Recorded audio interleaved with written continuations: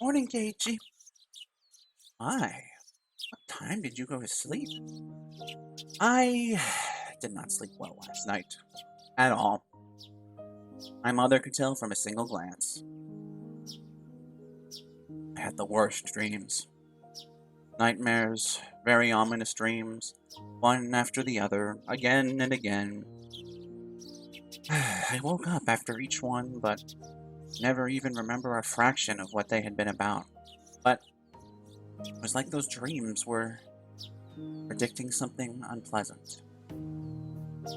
I woke up in a terrible mood. Hey now, you're an all-star. Get your game on. Go play. Hey now, every day now has been calm now and fun before today, right? Those days should continue on, unchanging. And yet, anxiety was the only emotion growing within me. Why was that?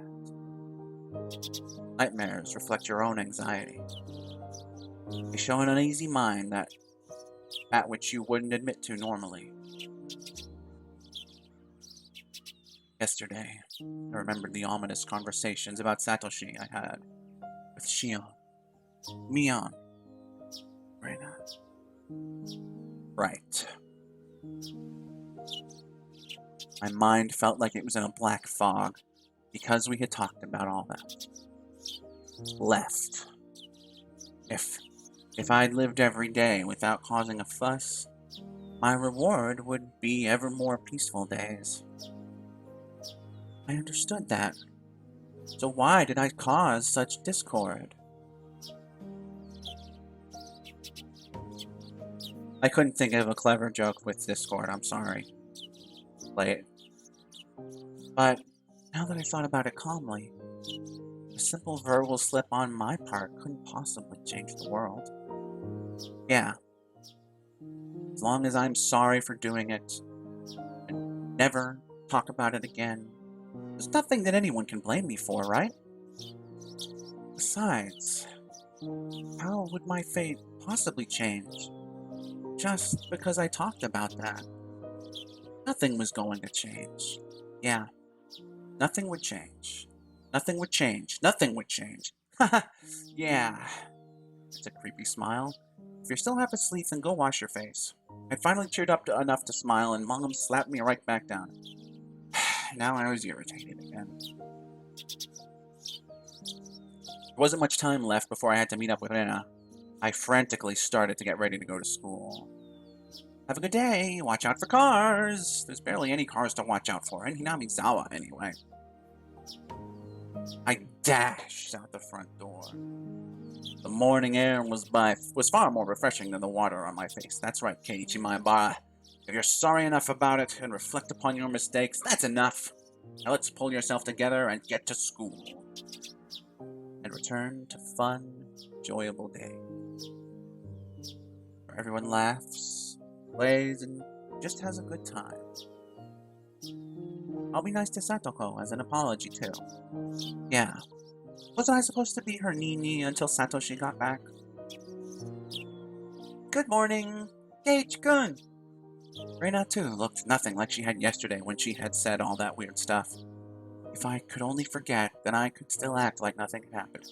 So I called out to her with all the energy I could muster. Hey, morning, Reina! Early as usual today.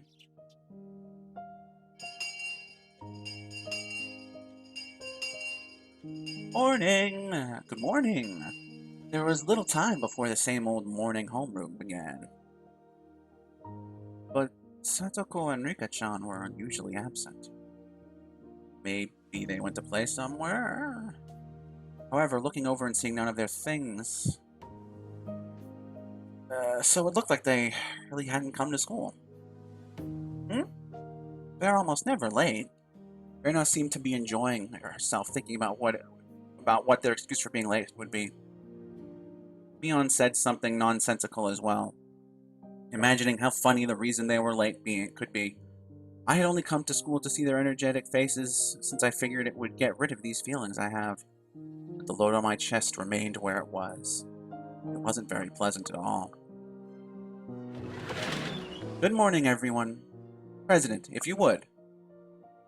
Everybody stand up. Our teacher finally arrived. Then, finally, I heard the pitter-patter of footsteps running down the hall. Clatter. Rika-chan was the first to run through the open door. And then Satoko didn't come. You're late, Furude-san. Where's Hojo-san? It was unusual for Rika-chan to be late, but equally unusual for Satoko, a ball of energy, to be absent at all. Everyone's eyes were wide at these series of strange events. Satoko might be a little bit late. Has she come down with something? The teacher walked over to Rika-chan and they started talking in hushed tones. Ha ha ha! Rika-chan is late and Satoko is absent. I guess crazy things can happen. You're right. But I wonder what happened to Satoko-chan. Is she sick? Why now, when I most wanted to see Satoko's energetic face? The unease that had been building since last night tightened within my chest. Kei-chan, you worry too much. Sometimes girls her age can't help but stay homesick.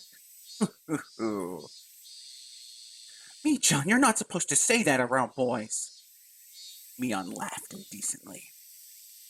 Normally, I would laugh along with her, but right now I just didn't feel.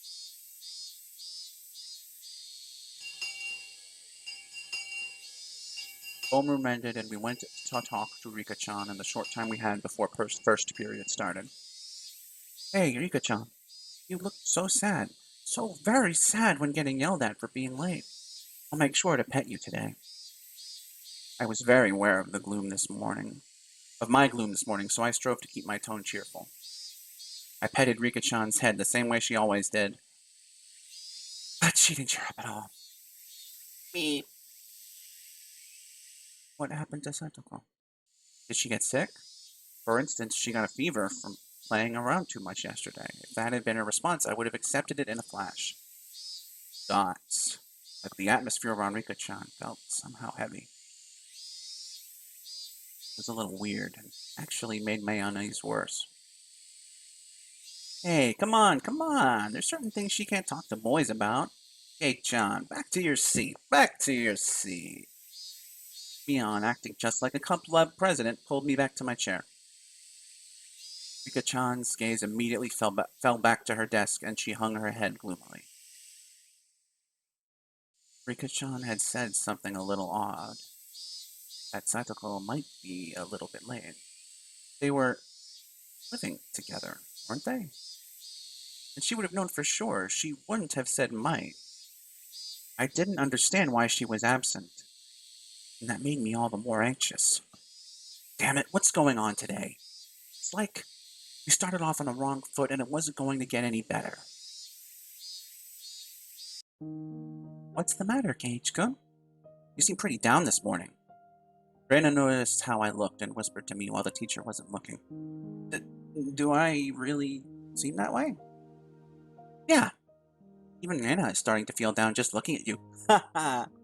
I thought of jokingly saying that don't look at me, but I didn't even feel like doing that. Is it something you can tell Reina? I don't know what you're worried about, but if I can help, then you can tell me, okay? I won't tease you. Reina said this, looking me straight in the eye. Until yesterday, nothing strange had happened and it was a lot of fun. Huh? Reina's eyes widened for a moment, not understanding what I meant. But she remained silent and listened. It was peaceful and fun. Every day was lively. I never had any doubts things would stay that way forever. Yeah, you're right. Every day is fun. I'm sure today will be too. You're sure? How do you know? Reina, feeling perplexed, couldn't think of something to say. I didn't blame her. What I was trying to say seemed a little confusing even to me. When I think about it, I've been anxious lately. Maybe since every day is fun, one day, all of a sudden, get really dark, like a light bulb turned off. Yeah, Rena kind of understands how you feel. Rena nodded gently. We've all been taught that it wouldn't only be good things happening to us. Sometime I've scared of what's going on behind the fun. It's a little bit sad, but because of that, we learned how to do our best to make sure that the fun never stops. I see. So it's not a bad thing that you think our fun lives might not go on forever, Keiichi-kun. Kind of like if suddenly there was a volcanic eruption tomorrow and everyone died. Hey, wait, that's terrible! If you were the only one who survived the catastrophe, Keiichi-kun, how would you feel? Oh, would I? I imagined myself being the sole survivor in the ruins of Hinamizawa. Rubble and the bodies of friends lying in heaps at my feet. It was such an abhorrent sight. Was it sadder that all my friends had died, or was it sadder that I couldn't have died with them? Didn't know which, but I'd probably cry a lot. It'd probably break my heart. First, I think I'd cry. And then maybe you would think this. If this was my destiny, then I should have made sure every day before this was as fun as possible, so I had no regrets. I didn't want to consider such a horrible event to be my destiny. But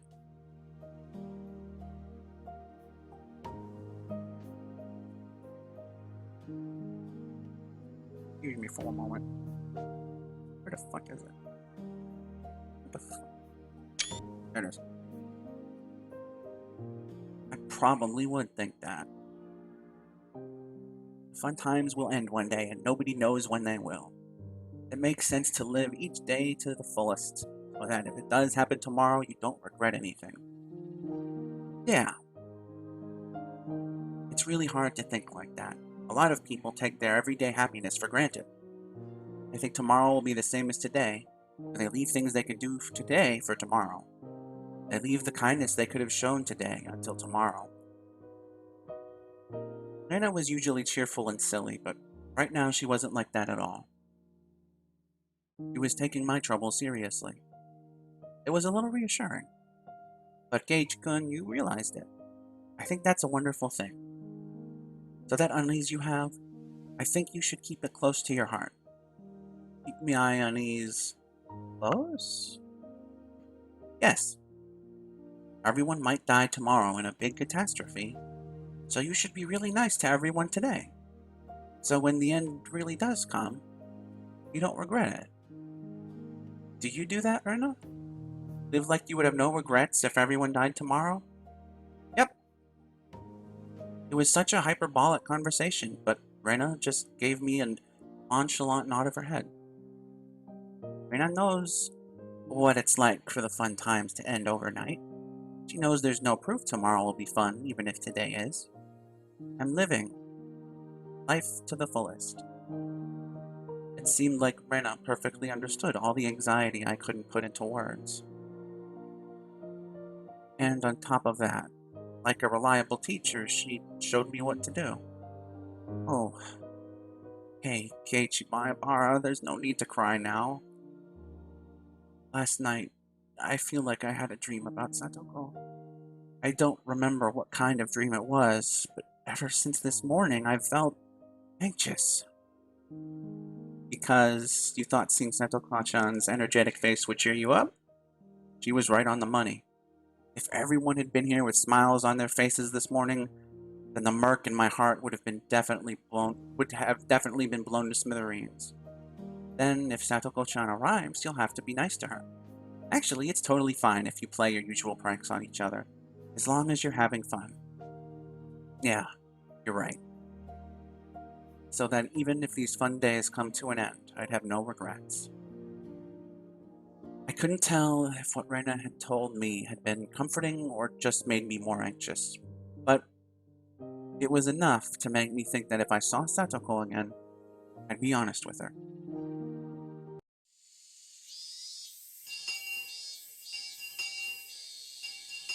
Lunchtime arrived, with everyone pushing their desks together like always. Satoko wasn't here. Despite that, we had bento boxes for 5 lined up on our desks. Rika-chan had made a bento for Satoko too. Was Satoko supposed to be here before lunch? Thoughts. Rika-chan was clearly acting strangely. We were talking to her, but it felt like she was too far away to hear us. I'd never seen Rika-chan so downcast. So the rest of us started feeling down too. Hey, Rena, I understood what she had said before pretty well. When we were together, we were supposed to have lots of fun, so we wouldn't have any regrets if the world ended tomorrow. And yet, while I just resolved to myself to do it, now we can't all be together. What the hell? Because it was just so sudden, wasn't it? I mean, yesterday was fun, so who could believe it would all end today? No volcanoes had erupted, and no earthquakes or fires had happened either. The cicadas were making the same noises they did yesterday, and the sun remained bright in the sky. It was the same normal day as always, so then why? As I pondered, Reina's chopstick reached in front of my face and stole the fried chicken out of my bento. If no one else wants it, Reina will take it. Hee delicious! Reina tossed the entire piece into her mouth and began munching on it, her expression one of bliss. Such an old man, Reina got a leg up on me. All right, this old man's taking this bit of steak here. Meep! All my food is gone except for my rice. Rika-chan, also behind the curve, smiled again and went for someone else's bento. As I sat there, dazed at how quickly everyone had changed, Rena sent a wink over to me. Come on, Keich, come. Live life to the fullest. That way, if a volcano erupts tomorrow, it'll be okay. But this is serious. I'll be damned if dried plums and rice are the only things I have left for lunch. I'm taking that meatball. I stuffed the meat into my mouth and constructed a clumsy smile. I played along as if trying to fool myself. But as I did, it rapidly became less and less of an act. Satoko still wasn't here. But at some point we had regained our lively lunchtime. We had fun, we smiled, and we fooled around. Thanks, everyone. This was definitely the best thing to do. This way, when Satoko suddenly dropped by, we could welcome her with our best smiles. The more I smiled, the more I felt the anxiety from this morning clearing away. Was there a proverb that went something like, fortune comes in by a merry gate? I think so. If it's true, then this old man will roll around the floor laughing 24/7. Reina thinks it's true. If you laugh every day, it'll be fun every day. Reina has a way with words. Then, should we try it out? Everyone took a deep breath and then brought our faces together, locking shoulders, and then... Wah! Ah! Ah! Ah! Ah! Wah! Ah! Ah! Ah! Ah! Everyone laughed uproariously from their stomachs, trying to laugh out all the bad stuff accumulating in them. By the time our bento boxes were empty, everyone was right as rain.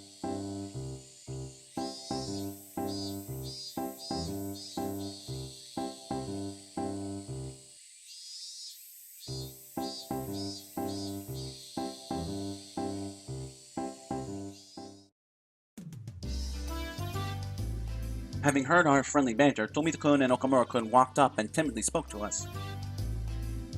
Excuse me, Mayabara-san. Sorry to interrupt your fun, but we need your help with something. They grinned dryly and scratched their heads. What could it be? Want to know how to remove the censor bars in porn magazines? By the way, I don't believe what you hear about butter doing the trick. Total superstition. You can't use an eraser either. Wait, what? Seriously? That's not what we were here for, said Tomita-kun, elbowing Okamura-kun. Actually, our ball got caught in the gutter on the second floor. We were thinking you might be able to reach it since you're tall. I see. Asking an upperclassman for help comes with its own price, you know. I'm not cheap. You can't buy me out so easily. Tomita-kun and Okamura-kun conversed for a short time, then gave their reply. We'll give you the right to take a nap during class, Mayabara-san. How does that sound? What do you mean? I can sleep during class whenever I want. Why do I need your permission for it? Oh, no, you can't. The next time you take a nap, we'll tell Sensei about it. I see, how sly. You little... Where did you learn to bargain like that? Sorry! It was just a little joke. Come on, Kei-chan. Why not just cave into your underclassmen's threats?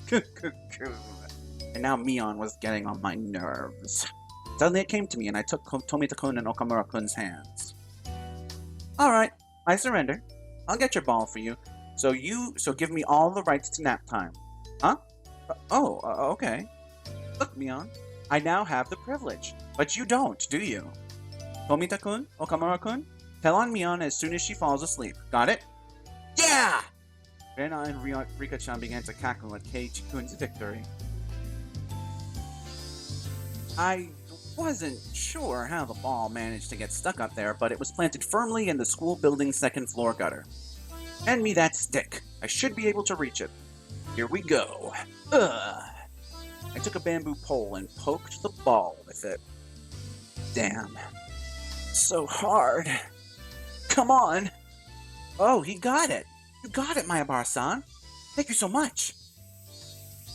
The ball rolled down the gutter and fell down behind the school building. My underclassmen ran over in that direction, leaving me by myself. Mission complete, I guess. Sheesh. There's still a lot of time left until lunch break was over. Guess I should go back to the classroom. I'd absorb myself in a silly conversation with everyone and wait for afternoon classes. Just when I thought that and turned towards the entrance, someone suddenly called out to me. Hello there, good day. Sorry for bothering you during your lunch break. There's a middle-aged man I didn't know. Maybe I passed by him a few times and I'd seen his face, but I didn't know him. When his half-smile deepened, something within me shuddered with fear. There was no basis for that, no reason, but I shuddered. I was somewhat confused about those emotions, not quite understanding them myself. There was one thing I could say, though. Nobody but teachers and students should be at school. This person shouldn't have been here. I felt less of a tremble and more of a sense of dread, like a brilliantly colored poisonous caterpillar was crawling around my forehead, across my forehead. A feeling of disgust that neither itchy or gross could describe as the frizzly, dreadful hair rubbed against my brow. I didn't even want to see his face. I wanted to jump backwards and run away, an unpleasant feeling for which I didn't even know the cause. The other side of myself has nothing but questions. Hey, what are you doing? What are you disgusted by? This is the first time you've met him. It's rude to hate someone for no reason. No answers were coming. I held my silence. Oh God, listen to this. Waiting, a damp sweat running down my forehead.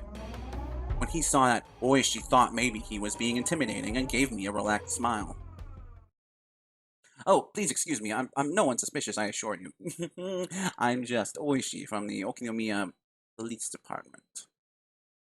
Wait, where did I put my card? Huh? Oh, what? This is... what? He fished through various pockets and finally pulled out his police ID and showed it to me, grinning dryly. He may have been trying to use those clumsy-seeming actions to ease my anxiety, but I could definitely say it did not work. Why was I this nervous? There was a reason, of course. I wanted today to be the same as before, then today didn't need someone who had been here back then. I hadn't been here back then. The fact that a man who wasn't here yesterday showed up today meant that today would be a different day than those before it. That would mark the end of the fun and happy days. Gulp. I gulped and erased that ominous conclusion from my mind. Calm down, Keiichi Maebara. Just an old guy who looks kind of perverted and came from the police department. Don't go deciding that the fun times are over. He just came here because of his job. Yeah, just for his job. If he's working, then he would only go to the teacher's lounge, right? The fact that he spoke to me, yes, it must have been to ask where it was. Are you looking for the teacher's lounge? You just have to go through the entrance and... I didn't want to look at this man for another second, so I started pushing things along. Oishi, however, didn't seem to have any interest in the teacher's lounge. Oh, no, I don't have anything to do there. Can I get you to call a friend of yours, if I may be so bold? A friend? Who? A girl. Could you call Satoko Hojo-san for me? My consciousness grew faint, like I was about to pass out. Yes, my anxiety was realized. The dreadful, disgusting caterpillar was looking at me. Oh no, why didn't need that image. It was touching my ear cavity. That's how bad it felt. But to the police, even Satoko. No. It's nothing important. I just had 2 or 3 things to ask. I'd like it if you could cooperate with me. Why? Why, of all people, was it Satoko? Why would a police officer come here in the middle of the day for something that wasn't important? This man was strange. I could smell it. And it smelled bad. Just a whiff of it made me want to grimace. I knew that this man couldn't possibly be here to deliver her lost wallet or anything. I couldn't imagine what he needed from Satoko, but it had to be something unpleasant. Ah, my throat stung with burning pain, burned like a parched, creviced wasteland. The wasteland broke off apart deep in my throat and brought out the words from deep in my mind. You may need something from her, but I don't think Satoko needs anything from you. Could you please leave? Boy, she probably hadn't expected that reply. He stood there surprised for a few moments. I did as well. I hadn't thought words like that could ever come out of my mouth. Things might still work out. This guy may have shown up out of the blue, but if I drove him off, maybe I could make it so that it never happened. If I could do that, then I could get back. The peace we had until yesterday. I could get it back. Well, you sure are strict. Are you Satoko-san's manager, perhaps? Can I not see her without an appointment? If you just want to talk to her, shouldn't you just call her? Barging into school in the middle of the day isn't normal. Breaking through a dam would have been a perfect analogy to use. Why didn't I like this man? This man shouldn't have been here. I needed to make it so that this man wasn't here. Childish, selfish emotions bubbled up from the depths of my mind, and they each came out of my mouth just as it had been formed. Not liking the guy was my own problem, but to say things so bluntly to him, even I thought I was crazy. Oh, you're the logical sort, aren't you? I'm not too good with people who talk like that. Boy, she grinned and scratched his sweaty throat. Even as he feigned stupidity, I could tell he was irritated. Hey, Keiichi Maebara, why am I looking for a fight with this old policeman here? It's not like he brought the gift of misfortune with him all wrapped up in paper, right? Right. It wasn't like he had brought a package of misfortune with him and was asking me to sign, here, please. Rationally speaking, I understood all that. So then why was I so... Finally, I ousted Oishi in our game of silence, and he gave a big sigh. Then he addressed a few of my female underclassmen running around nearby. Oh, excuse me, all of you. Do you have a moment? I'd like you to call Satoko Hojo-san, if you could. My underclassmen tried to smile in reply, but they noticed the oddly stiff atmosphere around me and seemed hesitant to give a quick answer. Is she not here, Satoko Hojo-san? Hojo-san, she stayed home today.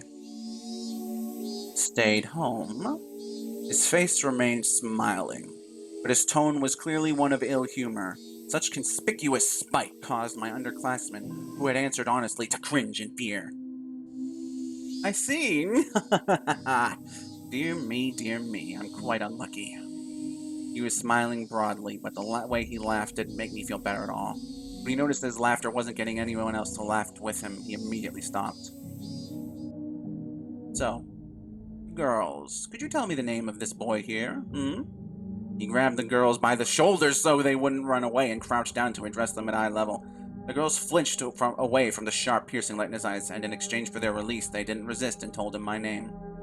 I see. Keiichi Maebara-san, is that it? He said my full name. That was all he said, and yet I couldn't help but shudder. It was like he had grabbed me by the collar just with those words.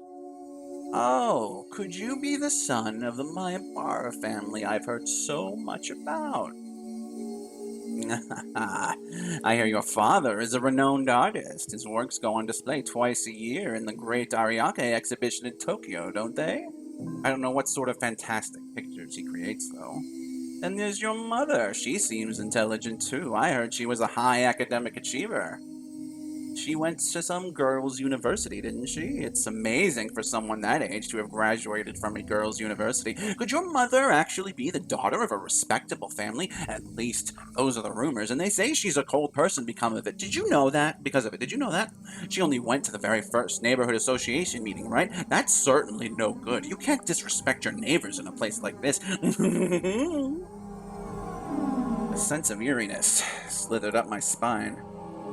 That was my first experience of true terror.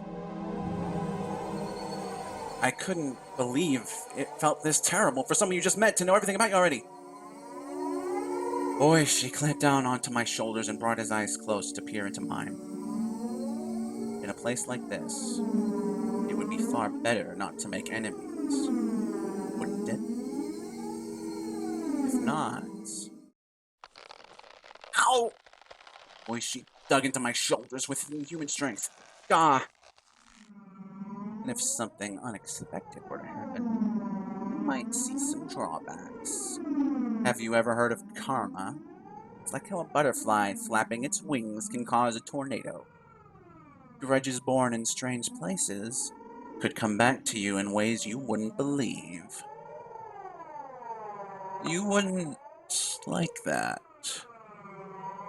would you?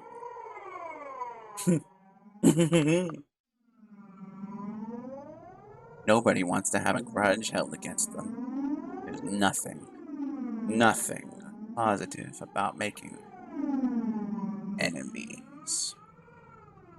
What's the matter? Your shoulders are very stiff. Should I give you a massage? See? Feels good, right? Ow, ow, ow, ow. This man wasn't just strong. It was like he knew exactly where to press to make me feel pain. Only 4 or 5 fingers were on my shoulders, and yet the pain made me want to bend over backwards. Erg. A few of the girls from my class were pretty shaken up, but didn't seem to want to help me. They weren't sure if they should go call the teacher. As for me, I couldn't take the time to wait until the teacher got here. Ugh, it hurts. Would you mind leaving things at that? You're hurting him. Hmm? Behind Oishi-san, someone, to my disbelief, it was Coach. Oh my, doesn't Dr. Irie? It certainly has been a while since we were last in touch.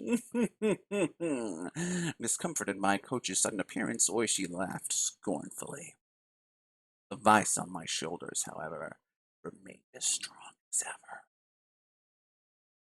Never mind the greetings. Please, just let go of my Mayabara-kun. Oishi smiled daringly and glared straight at Coach. He didn't release me in the meantime, of course. I was just thinking of stopping by your place later, Doctor. You always seem so busy and we can never have a good chat. Yes, if you want, I'll chat with you all you like. But please be sure to have a warrant first. After all, otherwise, I can refuse to go voluntarily into questioning. Coach didn't display a shred of the weird behavior he'd shown at the baseball game and barbecue. He stared steadily at Oishi and fought so that he would release me. His chances were terribly bad, of course. Compared to the relaxed Oishi, Coach seemed like he was being defeated mentally. Made sense. Coach had a somewhat narrow stature, but Oishi's body was packed with muscles. It wasn't even a contest. Coach was fighting for me without taking a step back. Beads of sweat formed on his face, and though he paled, he was fighting for my sake. Suddenly, Oishi laughed and let go of my shoulders. My body, exhausted, I fell right onto my backside. Mayabara-kun, are you all right? Oh, that's teach. It's Coach. I mean, Mayabara-kun, are you all right? Damn it! Ow! I rubbed my shoulders where Oishi had latched onto them. the pain from falling over, went away quickly. This pain was lingering. Are you all right, Mayabara-kun? This is terrible. Shit, ow, ow. I was just giving him a little massage. Mayabara-san, aren't you over-exaggerating a bit? Boys have got to learn to man up. I wanted to retort, but I couldn't think of anything witty. Can you lift your shoulders? Are they in pain? If you're really hurt, then you should have a proper checkup. Let's just go to the nurse's office. Coach lent me his shoulder and walked beside me. What an exaggeration. I'd be the last person to do any sort of permanent damage, right? I am still an active police officer, you know. Come, I don't know what you needed to be here for, but if you're finished, then please leave.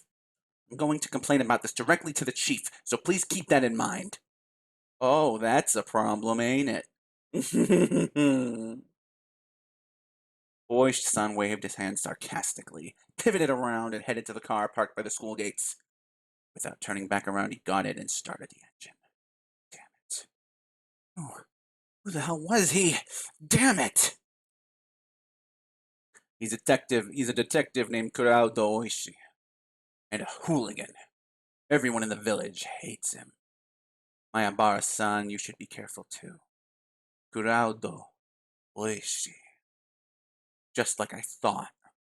My gut instinct wasn't wrong. He would be the one. Be the one, be the one. Da, da, da, da, da. Sorry. He would be the one. The one to bring unhappiness, misfortune, something that would ruin our place. Shit.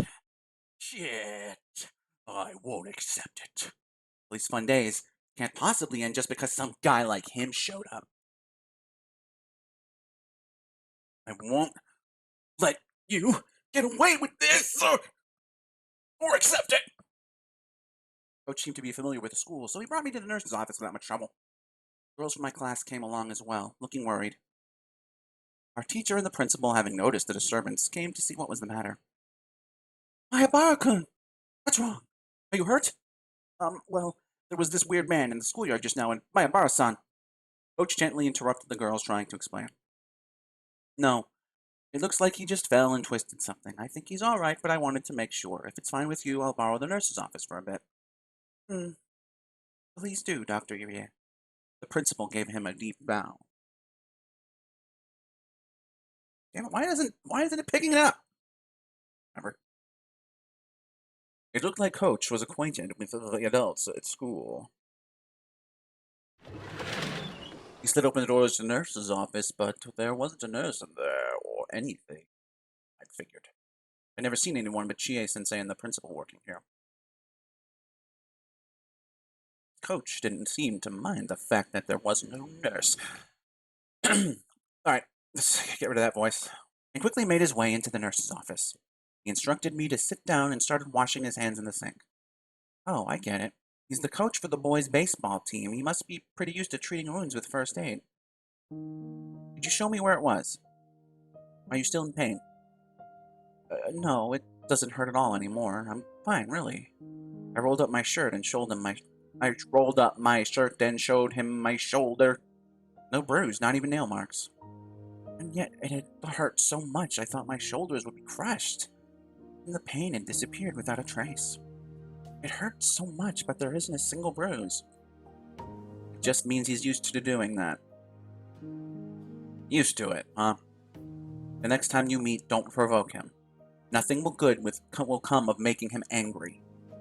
If you go home with a uniformed policeman by your side, your family won't like that, will they? Well, you're right. Still, what happened? Why did you end up in a fight with him? He came up and said he needed something from Satoko. Huh? Satoko-chan. Coach's gaze lowered and his expression clouded a bit. Somehow, that gesture seemed to be saying Oishi was bound to come to Satoko and did, and that it was no laughing matter. Coach fell silent in thought. Quietly, he took a compress out of the first aid kit and put it on me. Does he still plan on clinging to Satoko-chan? He's a persistent man, I'll give him that. Like a snake. Coach mumbled to himself. Cling? Does that Oishi guy go to Satoko's place a lot? Coach didn't answer, but the lack of denial served well enough. Where on earth did the policeman, probably a detective or something, meet from Satoko? What mistake had led to a detective to cling to the sweetly smiling Satoko? My boss-san, all right. You just moved here, didn't you? Yes, I did, but heard anything about Oyashiro-sama's curse? And about Satoko-chan? Well, I knew a few things about it, certainly. Satoko's parents were dam proponents, and their accidental deaths was the cause of the curse. You mean that? Was because of the curse. You mean that? Coach smiled thinly and dryly. So you know, he said, dropping his gaze. If I recalled correctly, there was an accident on a viewing platform at the public park she'd gone to with her family and her parents died. And then it was just her big brother. It was just big brother and little sister, and then she was with Rika-chan and, when they lost their parents, Satoko-chan and her brother, Satoshi-kun, were given to their uncle and his wife to care for them. Uh, oh, is that so? Their parents died in the accident, and Satoshi ran away, leaving only Satoko to start living with Rika-chan. I'd known that much, but this was the first time I heard they'd been brought to their uncle and aunt. Their uncle was Satoko-chan's father's younger brother. Unfortunately, neither of the couple were people deserving of respect. Coach normally picked his words politely, and he wasn't being weird. So when he came out and said they didn't deserve respect, it really made me wonder what kind of people they were. As soon as Satoko-chan's parents came out in support of the dam, their uncle and aunt took on a lot of the shame in the village as well. They would never have welcomed in Satoko-chan and Satoshi-kun.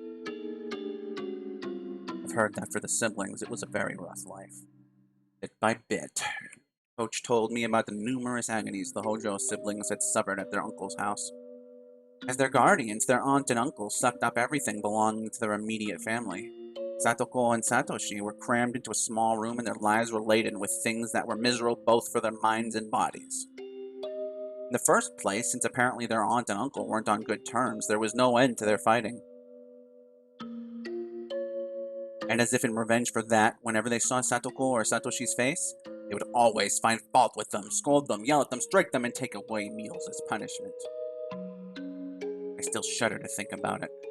You've never known any Satoko but the energetic and healthy one now, so you probably couldn't imagine her face being so deathly pale.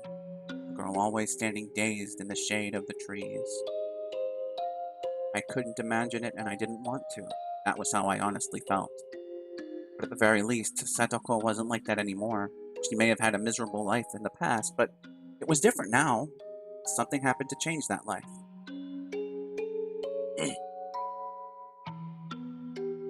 Last year, on the night of the Watanagashi festival, their aunt died.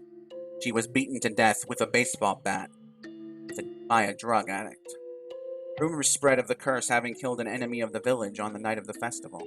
His death wasn't a simple homicide either. They whispered that it was actually Oyashiro-sama's curse. A few days later, the deviant arrested for drug use confessed to further offenses and the incident was resolved. However, though it was resolved, no one knew whether the part about it being Oyashiro-sama's curse was true or not. Their uncle is part of Hinamizawa, after all. He apparently grew incredibly frightened of Oyashiro-sama's curse and went into hiding. From what I've heard, he's staying with a lover somewhere in Okinomiya. And Satoko and Satoshi? Were they released? Their aunt died, and their uncle fled. There was nobody left to torment the siblings then, but as if picking up their torch, that man started showing up with alarming tenacity. That man? Then Coach lowered his voice, just a bit, as if being aware of his surroundings. I mean Oishi. Oishi. That guy from before. The events that just occurred came back to me. The hard-to-describe ominous sensation I'd felt from him came back to me. It's a little strange. The chain of incidents surrounding Yashiro-sama's curse have all been solved, and yet he alone doesn't want to accept that. Accept it? The incidents were all solved, and a detective, supposedly with the police department, didn't accept that? People say that something bad will surely happen to those he gets close to. Hinamizawa, they think Oishi is Oyashiro-sama's Kei-chan! The door flew open with a rattle and Neon came rushing in. Reina and Rika-chan came running in a few steps behind her, and then Tomita-kun, Okamura-kun, and a few more of our classmates. Kei-chan, did Oishi do something to you? Are you hurt? Calm down, Mion-san. He's not injured. They only gave him a compress just in case. Gage-kun, are you really okay? Okay? Everyone was saying stuff about how you were being strangled. Calm down, Reina. He just squeezed my shoulders really hard. See, there's not even a bruise. Me. Jeez, what the heck were you all doing? We're friends, right? Why were you just standing around? Why didn't you help Kei-chan? We're sorry, President. Mion yelled at our classmates, baring her fangs. Tomita-kun and the others hung their heads in silence. Quit it, Mion. Tomita-kun and the others weren't even there. Stop blaming them. Damn it! Oishi! Mion kicked the floor with her heel a few times, her temper running hot. Our teacher, overhearing the commotion, arrived as well. Hey, come on, everyone. Don't make so much noise in the nurse's office. President, take everyone and leave, please. Come on, everyone. Let's get going. Gage-kun is fine. You too, Mi-chan. Mion was letting her emotions get the best of her, so Rena stepped in instead and let everyone out of the nurse's office. Oh! The detective from Okinomiya Station, Kurado Oishi. It looked like the first impression I'd gotten from him hadn't been mistaken. Satoko's absence had amplified the vague apprehensions I'd felt since yesterday, and Oishi's appearance basically sealed the deal. All right, I'll get going. I originally came here for Chie-sensei. Ah, so you had something to do here. Sorry for causing you trouble. Don't be so humble, he said, smiling easily. There's a side benefit to all this. I was lucky enough to experience so much of your soft, silky skin. I bought a gun. Hafu! With the usual, for Coach anyway, parting words, he instead continued. Please excuse me, you weren't wounded that badly, but please avoid putting pressure on your shoulders or anything along those lines. If you get a high fever or it starts to swell, contact me right away, okay? I don't think it'll happen, though. Oh, that's right, Coach. Before everyone came in, you were going to say something about what people think Oishi is to Oyashiro-sama. As we were about to leave the nurse's office, Coach placed a hand on the door and stopped. Right. I think he's Oyashiro-sama's servant. They're just bad-mouthing him, though. Oyashiro-sama's servant? You know about the serial freak death incidents that occur in Hinamizawa every year on the night of the Watanagashi festival, otherwise known as Oyashiro-sama's curse? What? Freak deaths? What? Now that I thought about it, I did seem to remember overhearing Mion or someone in class talking about it like a ghost story.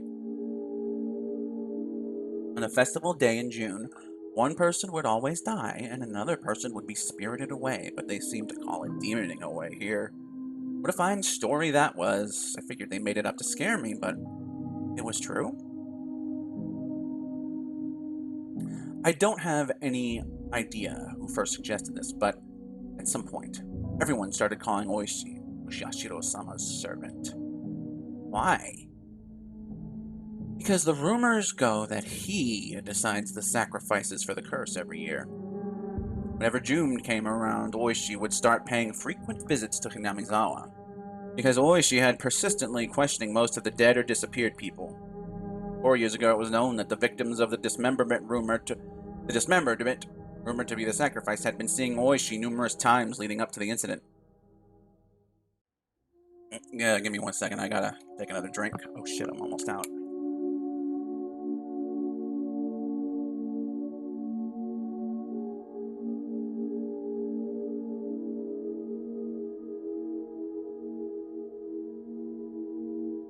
I gotta refill my bottle here, so I'll be right back. Excuse me, citizens. Excuse me.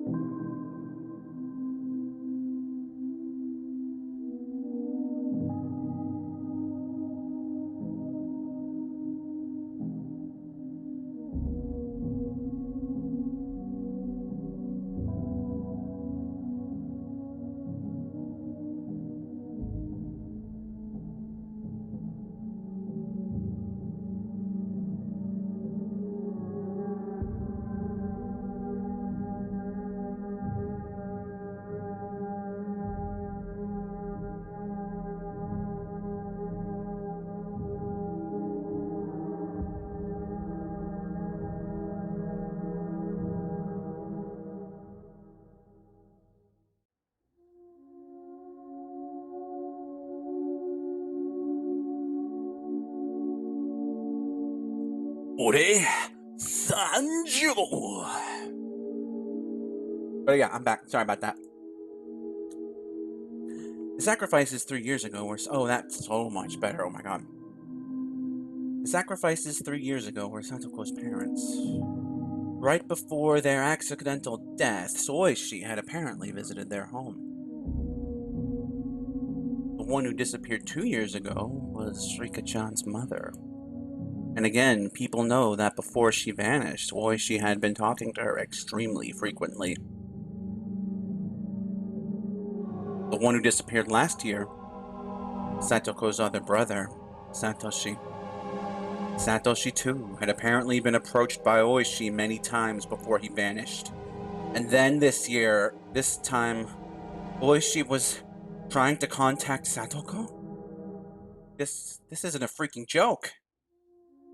They're rumors, Mayabara-san. There's just some rumors to that effect. I hadn't said that because of the rumors of Oishi being Yashiro-sama's servant, or his contacting someone for shattering who would be the sacrifice that year.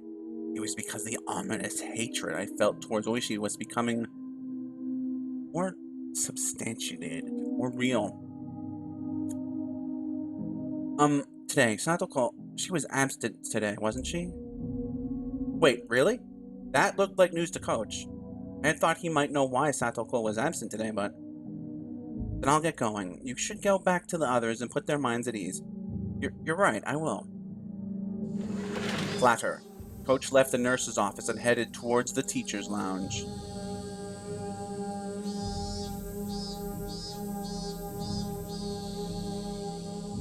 The plot is thickening.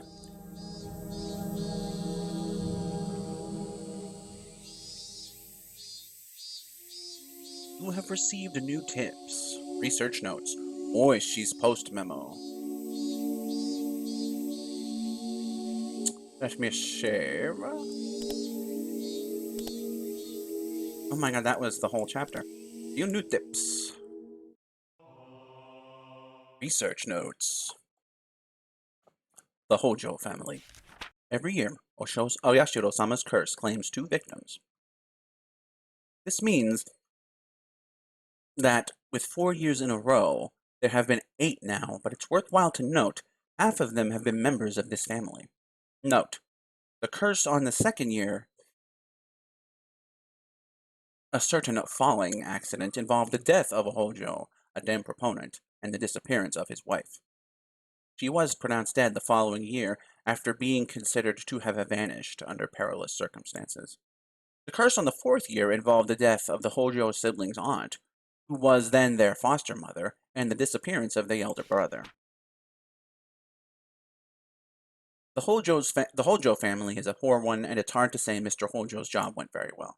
Apparently, upon re-employment via family connections, there was a plan for them to return to the home of the mother's side of the family. For Mr. Hojo, the eviction due to the Hinamizawa Dam project and the payment of a large amount of compensation money was essentially a windfall. Mr. Hojo aggressively accepted the Ministry of Construction's negotiations from an early stage and selected others from Hinamizawa who were also dam proponents.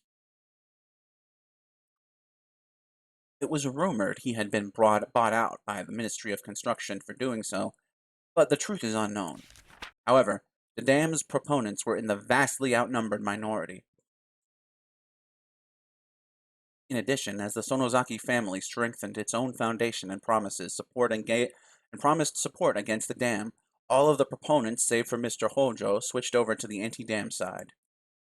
At this point, Hinamizawa was completely united against the dam, and Mr. Hojo was held up to the ridicule as a stooge of the dam project's proponents. He was essentially used as a scapegoat for the anti-dam coalition. In the end, the dam project collapsed with Oyashiro-sama's curse and the dismemberment incident. However, punishment towards the bitter enemies supporting the dam project continues to this day. There are not many left today who supported the dam project, nor who had a negative reputation at the time. If there were any candidates left for the curse, it's the husband of the housewife who was beaten to death last year, Teppei Hojo, and Mr. Hojo's daughter, Satoko Hojo. Strangely, these two are the only candidates left. Will this year's curse come down on the two of them? There is more than enough value in observing them both.